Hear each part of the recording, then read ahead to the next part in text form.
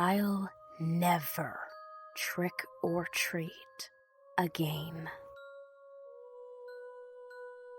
I think it's finally time that I write this down. It's haunted me for years, but maybe this will help me move on.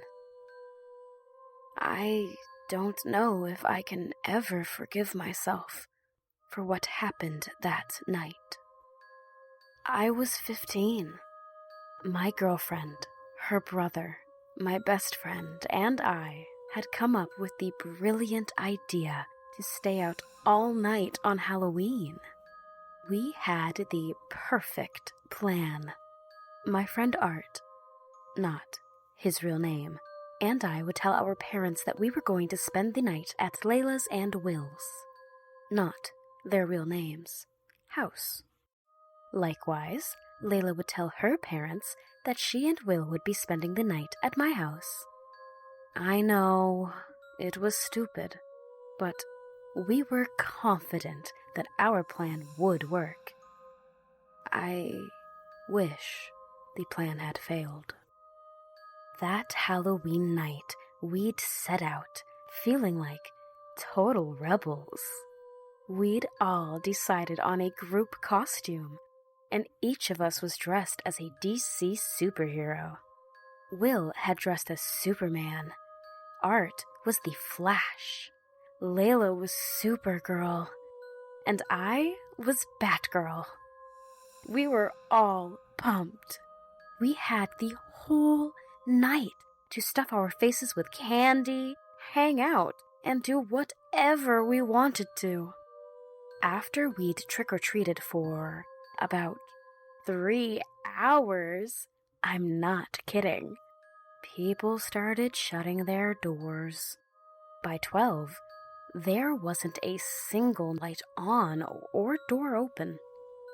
We 4 were the only people out on the street, and with the exception of a barking dog, there was no noise.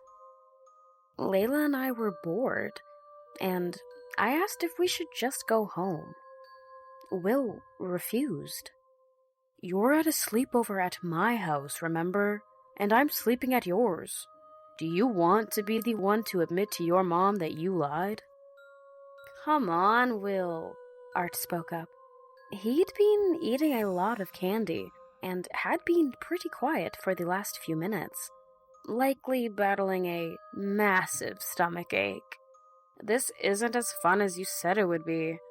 Maybe it'd be better if we just went home and told the truth. They'll be mad, but maybe we can still have an actual sleepover.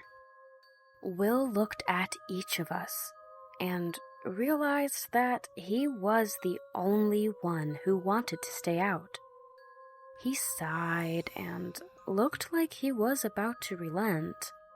Then he looked behind us, and his face lit up like a jack-o'-lantern.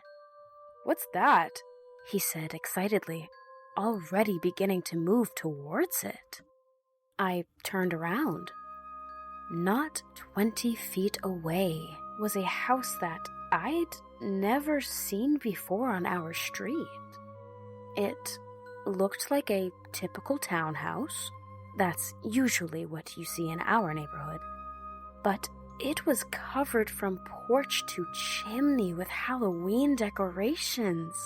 And not the cheap plastic ones you get at the dollar store, but the quality makes you want to run decorations that give kids nightmares. There were 2 disturbingly lifelike pumpkin-headed scarecrows guarding the front gate, and over 2 dozen skeletons standing at attention in the front yard. Jack-o'-lanterns dotted the porch, each one with a face frozen in agony.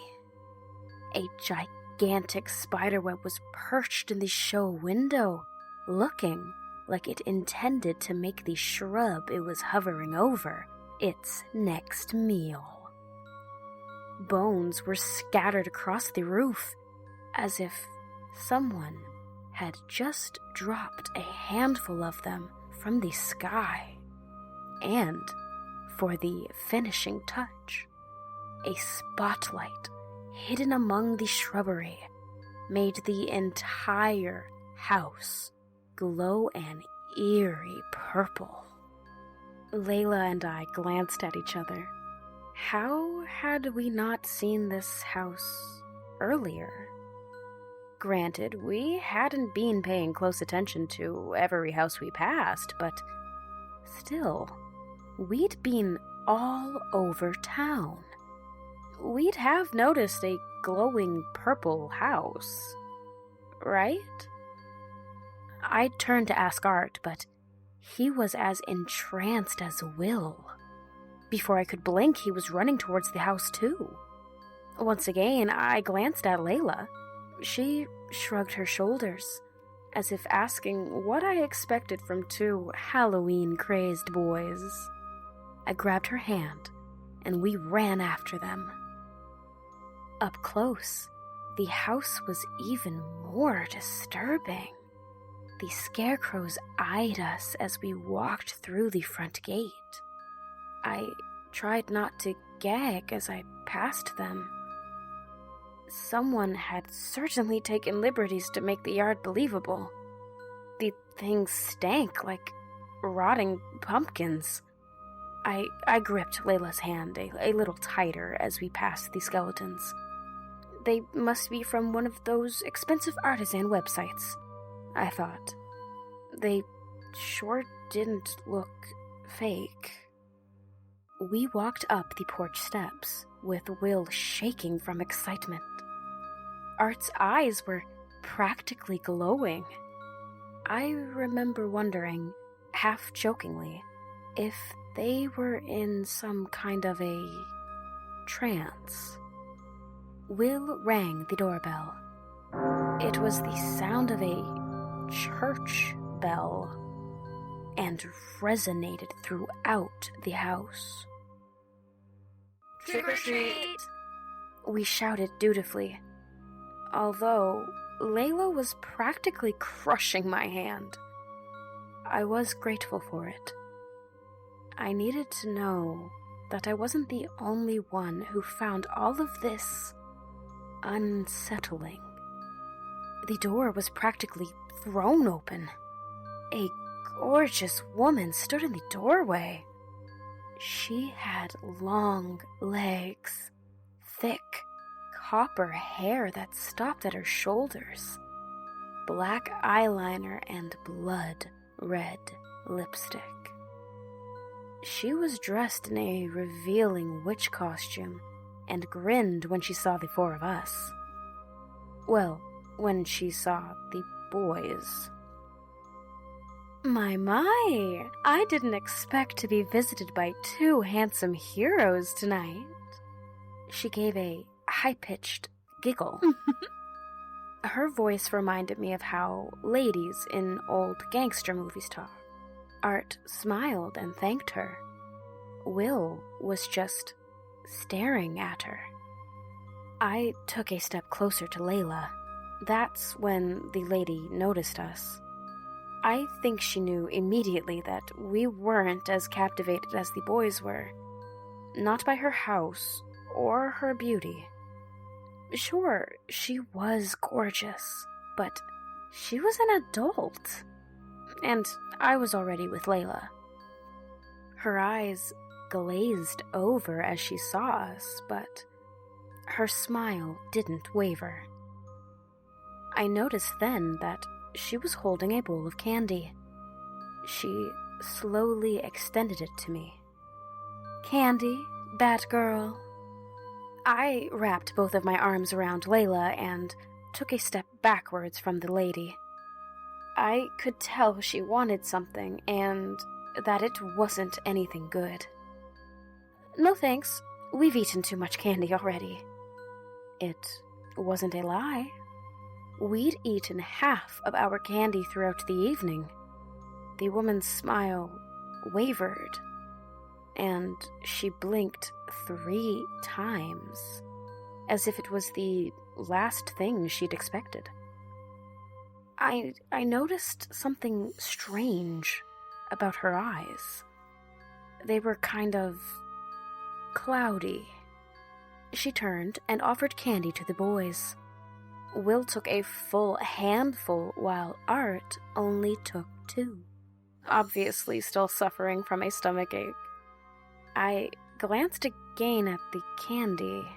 The pieces weren't in wrappers, and it didn't look like any brand I'd ever seen.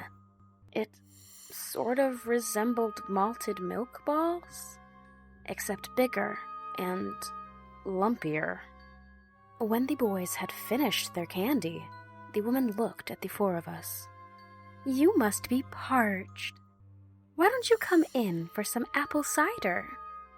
She gestured to the front door, which stood gaping open, like a mouth.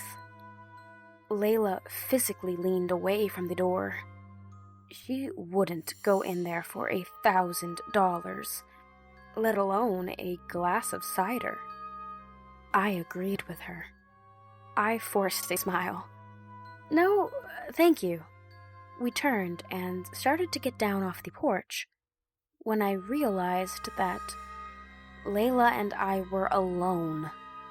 Will and Art were gone, and so was the woman. My heart rate tripled. They went in the house. My stomach hurt. Should we call the police? What could we say? That a pretty lady with a spooky yard had lured 2 boys into her house with apple cider? Even if that didn't sound crazy, we were 2 teenagers out past midnight on Halloween. Not exactly what the cops would consider trustworthy. Plus, we couldn't prove that she wanted to hurt the boys. Still, we had to make sure that they were okay. We started walking around the house. On the left side, there weren't any windows. This made sense, though, it being a townhouse and all. The back of the house had a porch, but the windows and doors were all covered. The right side of the house yielded the same results as the left, leaving us only one option: the show window. We maneuvered around the skeletons in the yard and went as close as we dared up to the window. I, being dressed in black and thus harder to see, decided to look in the window, while Layla, dressed in bright red and blue, made sure the lady didn't come out of the house. Before peering in, I took an uneasy glance at the giant spider. Against my better judgment, I touched it. Solid plastic. I sighed and told myself not to be so jumpy. I peered through the window. I was staring at a lit fireplace. It seemed to be the only light source in the room. It was pretty dim in there. Still, I could make out 2 enormous armchairs on either side of the fireplace. I could make out Art's bright red Flash costume and could see the blue from Will's costume. They were both slumped in the chairs, as if asleep. There was a coffee table between the chairs, holding 2 half-empty glasses of what could only be apple cider. In the center of the room stood the lady. She was standing up as straight as a rod, her arms lifeless at her sides. Then, with no warning, her right arm shot straight up. She held it there for a second, then let it fall. A second later, she did it again with the other arm. Then I swear she started growling, as if this was a signal. Will and Art got up. I could tell that their eyes were closed, but they came right over to her. She put her left index finger on Art's forehead and her right index finger on Will's forehead. And she began to chant. Venenum sanitatem age puer languarem sanitas nescio quomodo lantinum loqui uta legent. All three of them suddenly began to convulse. Art went down, followed by Will. They both started to kick wildly. Then their kicks became weaker, as if they were losing energy. Then they stopped.